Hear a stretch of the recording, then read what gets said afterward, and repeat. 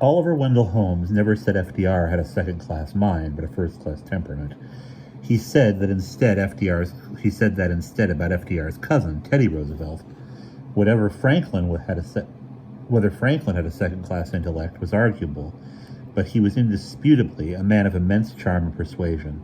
As Winston Churchill said of his friend, "Meeting Franklin was like opening your first bottle of champagne." FDR also had a very fine and enthusiastic mind when it came to details, especially about the Navy, which he dearly loved and once helped run as Assistant Secretary of the Navy under Woodrow Wilson.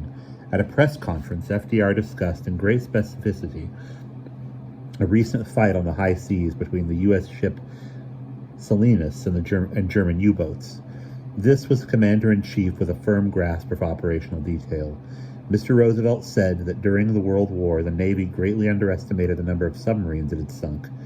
He said he kept a set of figures on the reported sinkings, and these totaled 725 German submarines at the end of the war. Mr. Roosevelt added that it is silly to say a submarine has been sunk unless the person making the statement actually saw it sink.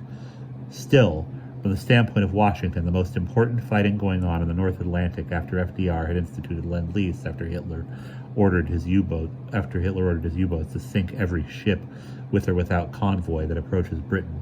After FDR issued his shoot-on-sight order to the American fleet. However, he was not very forthcoming, by design, with the disappointed press corps.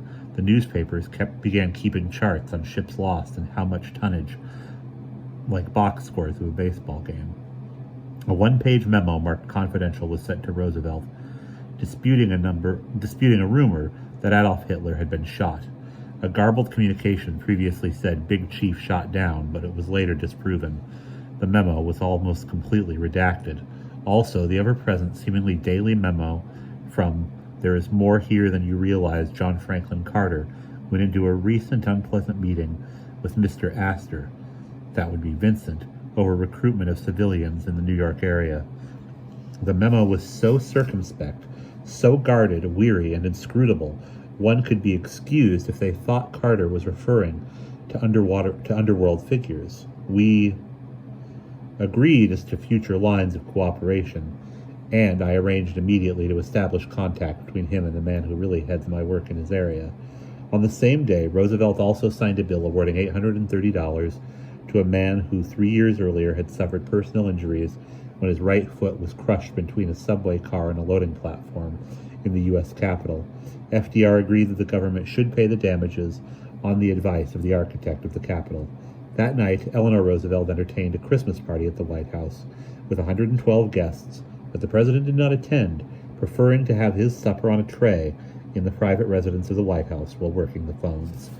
And we'll pause there.